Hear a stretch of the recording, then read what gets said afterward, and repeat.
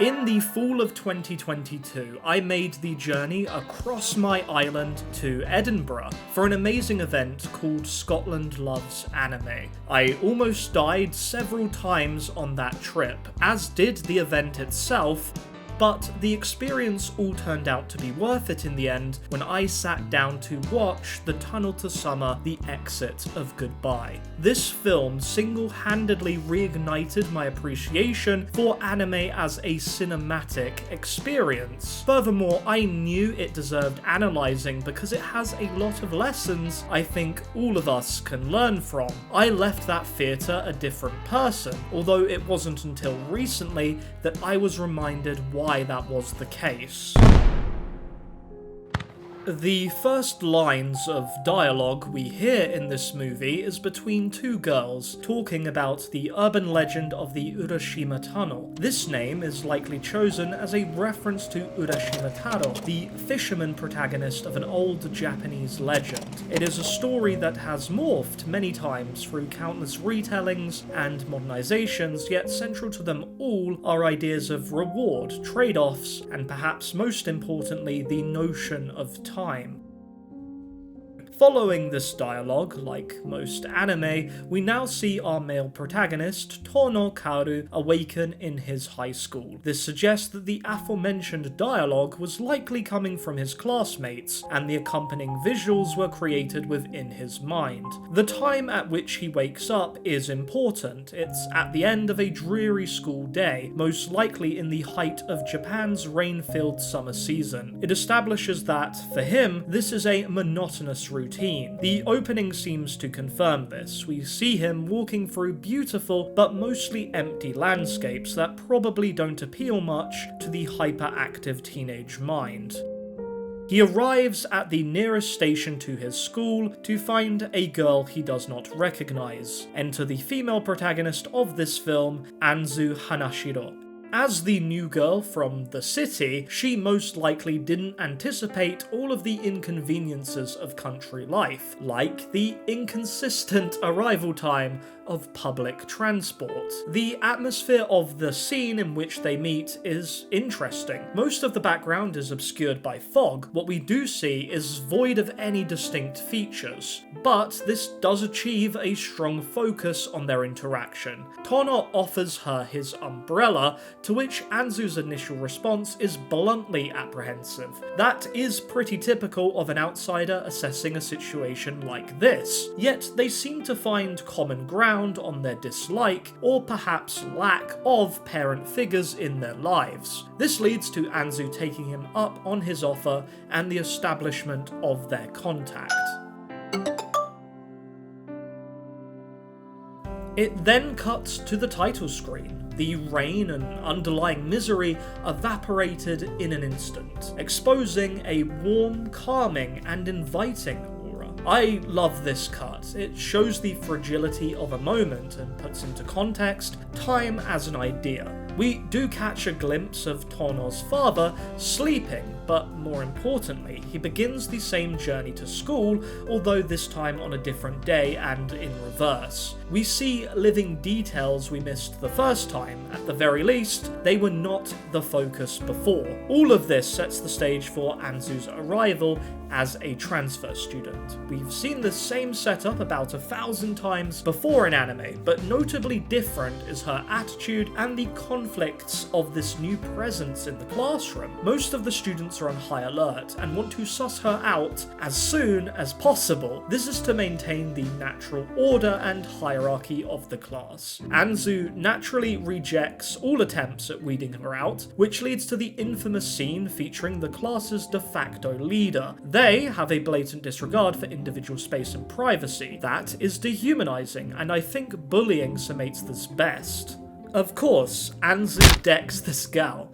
It can be argued that this retaliation is probably not the best move. It does, however, highlight a clear problem with almost all models of social analysis, that being situational emotions. They are pretty much impossible to predict, and the subsequent response even more so. Still, Tono hasn't seen this much action before in his whole life, and naturally that makes him even more interested in her. The next scene is important in understanding Tono's character as it is now. Gone are the bright blues and vivid saturation. Instead, it is a dimly lit altar dedicated to his sister. This general colour grade continues into his bedroom that night. We see him grabbing his music player and not much else. Something is evidently haunting him, and he cannot escape it. He is trying to keep to himself, yet acknowledges how unpleasant this solitude can be. This entrapment is added to when we next see his father. Turns out he's an aggressive alcoholic. That immediately establishes red flags, which intensify when we see him waffling about relationships. Tono tries to help him, but clearly, in his father's delusional state, nothing will really work. The height of this scene is unforgivingly intimate. You can hear every breath, and there's no music to mask that either. There's not much Tono can do but run away in a frantic state. It's an illogical and perhaps slightly manic response, especially given it's the middle of the night, but he has more comfort being anywhere but his house. This makes the compilation of imagery accompanied by increasingly frequent gasps for air feel even more asphyxiating. In that moment, you really do get a sense of the dread inside this guy. This creates a blend of cynicism and pessimism that perhaps materializes the Urashima Tunnel out of despair. It should not exist given the principles of reality. Yet, when you have reached such a low and dejected state, even the law of time might start to bend around you. Let's make it clear though, this is not a gift. It might actually be a curse. And so begins the supernatural dilemma that this movie puts forward. Everything I've said before now is basically to establish the necessary context. Walking into the tunnel for the first time, we see a colour that has been almost entirely absent up until this point.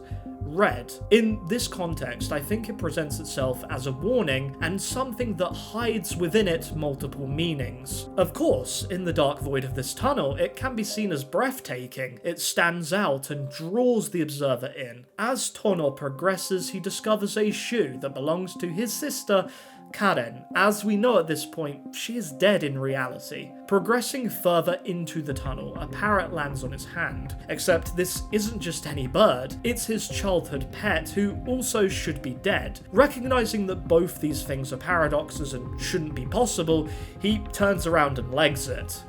The price of this experience is then revealed. For the brief moment he had spent in that tunnel interacting with relics of his past, a whole week of reality had occurred. Most people would judge this as a poor deal, but the allure of its impossibility definitely impairs any attempt to reason. While he was gone, certain changes did happen. His father seemed to have calmed down, for example. But this is all outweighed by a deeply disconcerting fact. The world outside had continued to function without Tono's presence.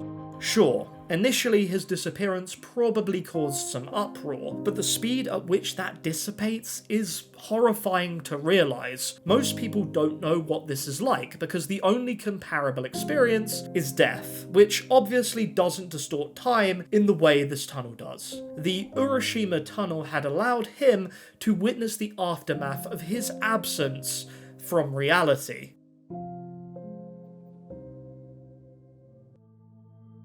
But of course, once you have tasted the fantastical, nothing in reality can compare. Even the relief of his classmates that he is in fact not dead is not enough to stop him from going back to the tunnel. This time, even the lighting of the path is bathed in a dark red that doesn't seem to have a natural source. The irrational nature of the tunnel is perhaps starting to bleed out where it shouldn't. Most people would turn around at this point and say, "Fuck this."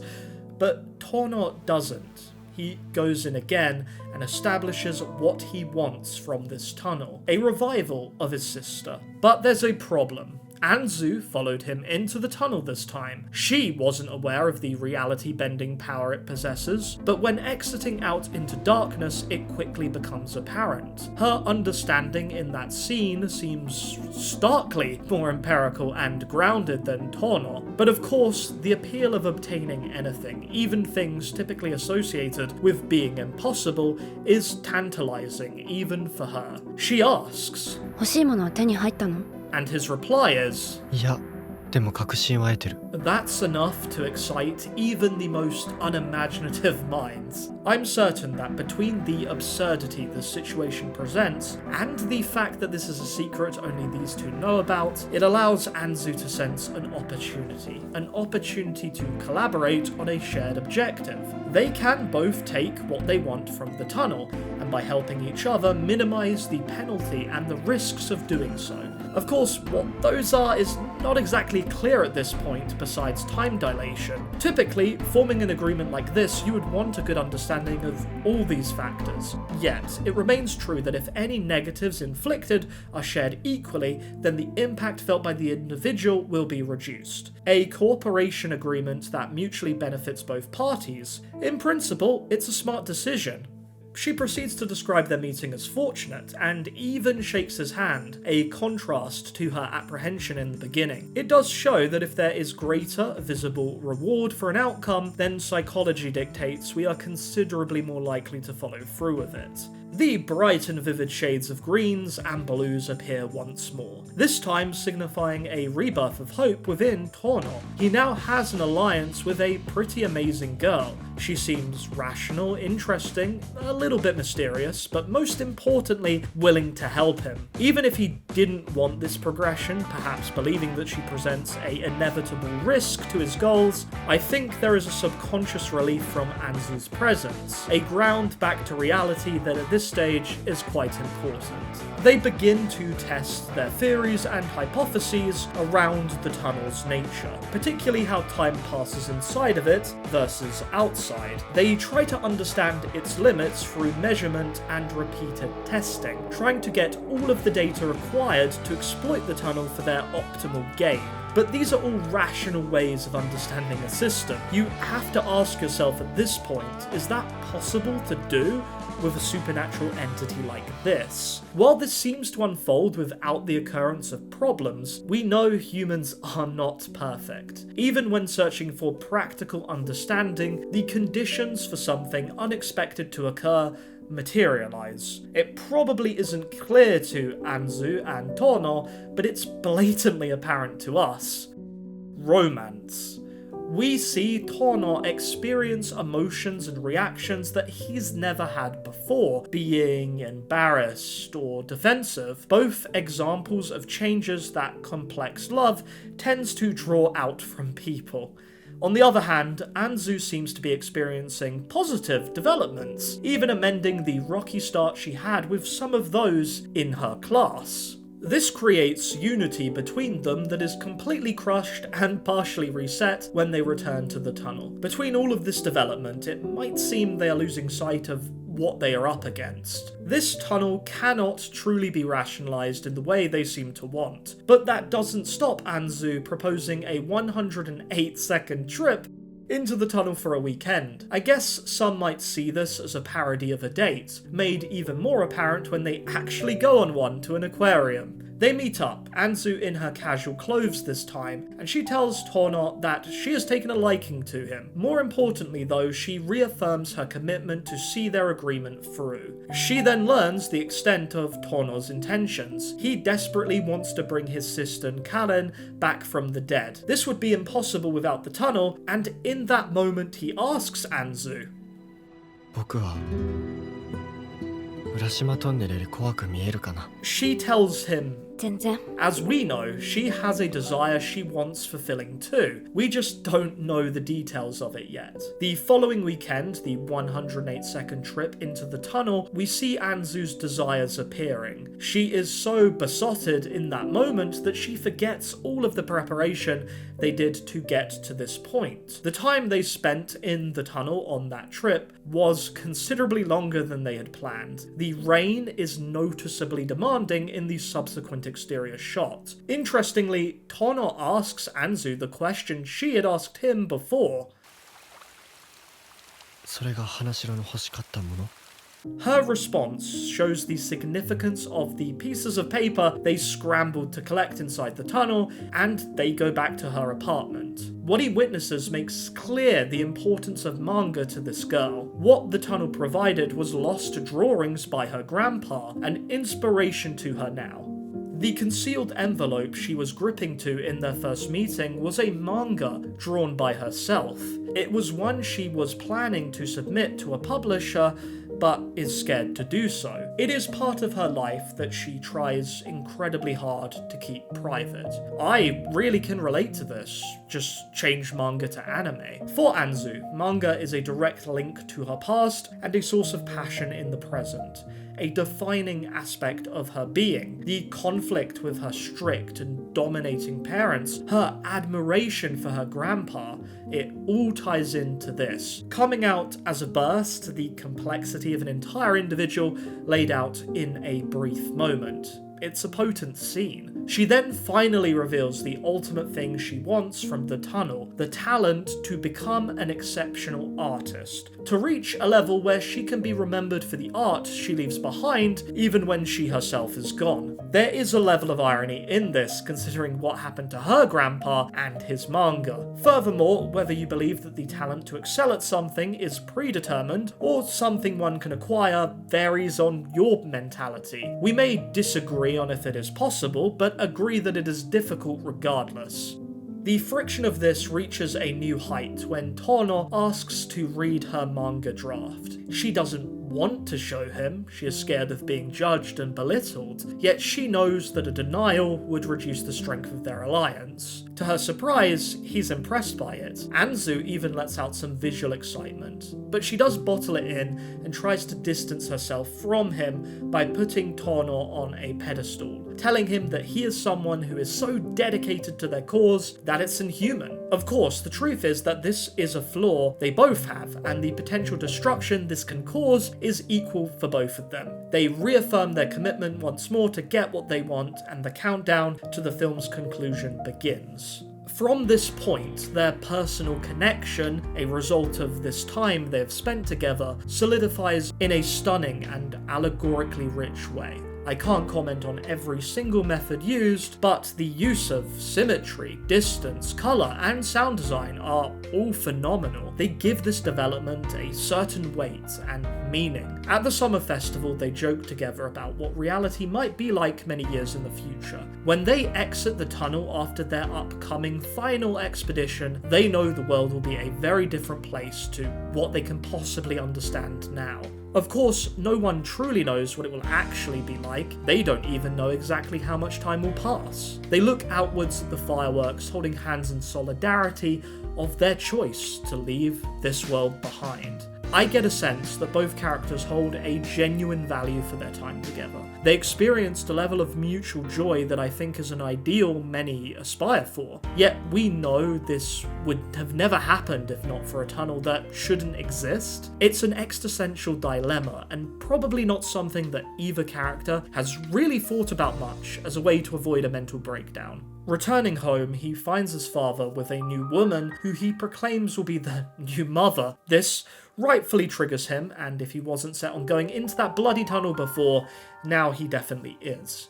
In his room, the parrot repeats a song that is deeply associated with the time Karen was alive. It seems to me as if the tunnel is provoking him through the vehicle of mementos, deepening Tono's belief that it is the best option to go into that tunnel and nothing will get in his way. Tono and Anzu meet again in a casual setting, a cafe. This scene doubles down on the fact that Anzu is a keeper. I think most people would agree with that. She has even sorted out her hesitation to submit the manga she's been working on, a clear result of the earlier meeting between these two. It seems that Tono is having a real material impact on her aspirations without the need of this supernatural tunnel.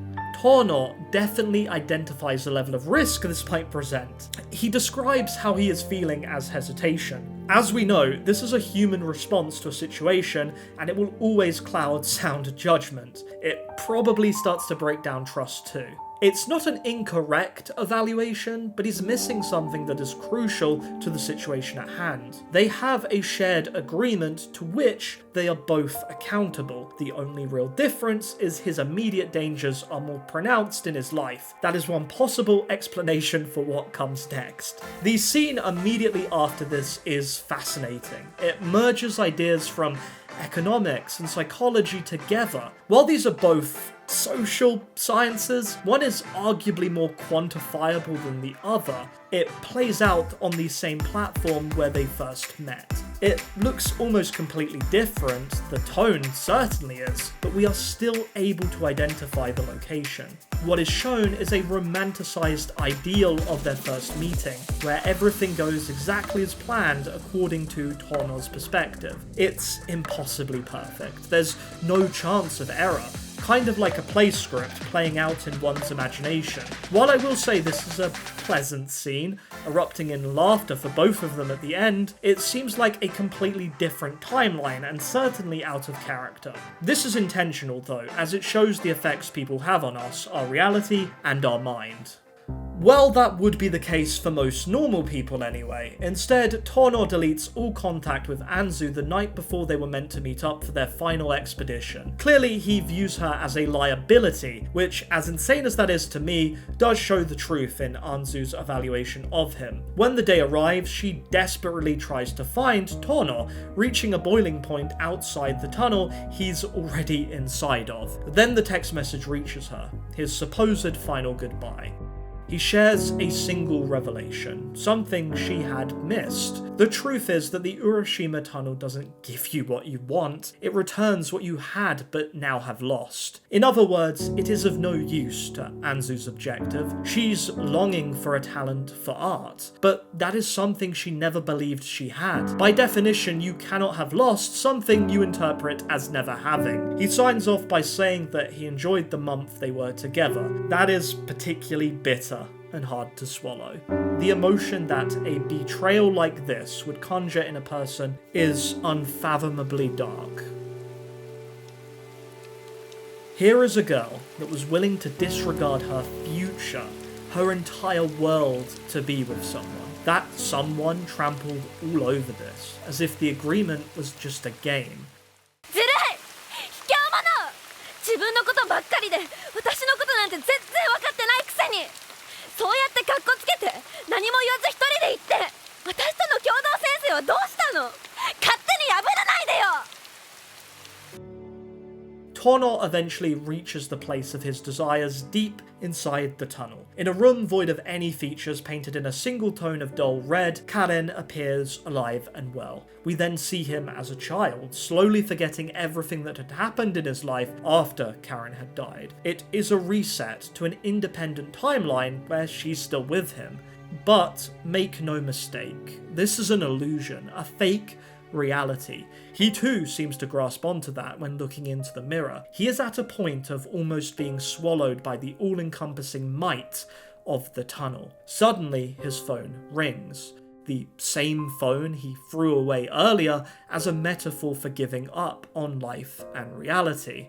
This is the scene that destroyed me. The true impact of his decision laid bare to witness. Not just the messages from the month he had spent with Anzu, but a flurry of new ones. Declarations of anger and disappointment fizzle out to a long list of life events for Anzu. Everything she had ever wanted happened without him. The following conversation with Karen seems almost to me like a conversation with himself, or at the very least the tunnel. A part of us that we do not normally interact with, yet is fundamental to our being no less. The fact that Karen tells him that his love for her should not get in the way of finding a girlfriend comes as particularly pungent. A message from Anzu asking what he's been up to, what he's been doing, years after their final encounter makes it all the more worse. As does the fact that Karen says it should have been the three of them together at this moment. She, or perhaps the tunnel, that is never really made clear, knows of the betrayal that he's responsible for. By the way, the three of them being together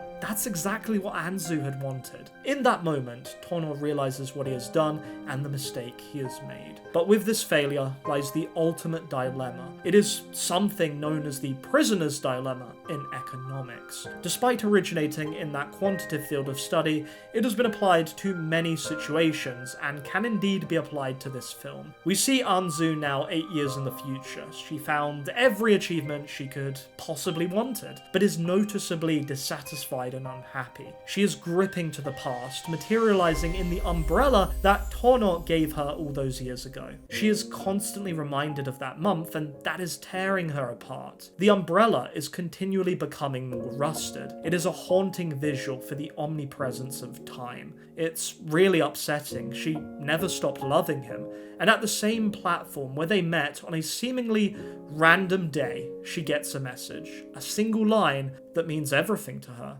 As they meet again near the exit of the tunnel, it becomes clear their feelings for each other never actually fully went away. They were at times warped by self-interest in the presence of a supernatural tunnel, but the film does conclude that unity and forgiveness is often the best outcome. Tono hasn't aged a day when he leaves the tunnel, but for Anzu, it has been 8 long years. Years of loneliness and regret, but she never lost sight of reality, and I think this can be a message for all of us. Where there are 4 possible outcomes to a situation involving 2 subjects, if either decide to follow through with a selfish strategy, the most destructive aftermath will be felt by the other. As I said before, Tono and Anzu's cooperation agreement is wonderful in principle. If they had both followed through with their intention and gone into the tunnel together, they would have had each other, even in that crazy paradox of a place. Similarly, if they had both decided to stay in reality, they would have made many amazing memories together and had a life filled with worth. When an agreement like this works, both people benefit equally and have shared successes and failures. It's the ultimate fair trade. But if the agreement fails, the effect on the person who's responsible is disproportionate to the effect on the other person. We see this in the fact that Tono actually makes the selfish decision to go into the tunnel alone, yet doesn't end up losing much at all. He seems to see more intrinsic value in what the tunnel can offer him than Anzu at that time. When he comes out, the girl he likes still likes him back. He hasn't even really lost much time to experience reality either, because his body hasn't aged. Yet Anzu spent 8 years grieving about the decision he made and was never able to move on from it during that time. She will never get those years back, which is just completely unfair when you think about it. This is often described as a prisoner's dilemma in game theory. I understand that this is not exactly the perfect model nor the intended meaning of the label, but I think what we see in this film is that we are in fact prisoners to each other. No matter what we intend to do or end up doing, you cannot eliminate things not going according to plan. We are all humans who judge value differently at any given moment. Our thoughts and emotions present so many different variables that any model based around logic and math will have limitations in explaining reality, let alone the supernatural. It took a long time to even identify a label for this in game theory, but the presence of people in a system is generally believed to be why perfection cannot exist. So what I would like everyone to take away from this is that there is real value in being nice and forgiving of each other. You should retaliate and be clear with other people when they screw you over, but a successful relationship is governed by balance. Try to avoid negativity and conflict as much as possible. It will hurt you too. I'm sure most saw this as just another goofy anime movie, but for me, Tunnel to Summer, Exit to Goodbye is a poetic warning to all of us. But equally, it shows we can find hope in even the darkest of times. Thank you for watching, I've been Russ, and have a great night or day.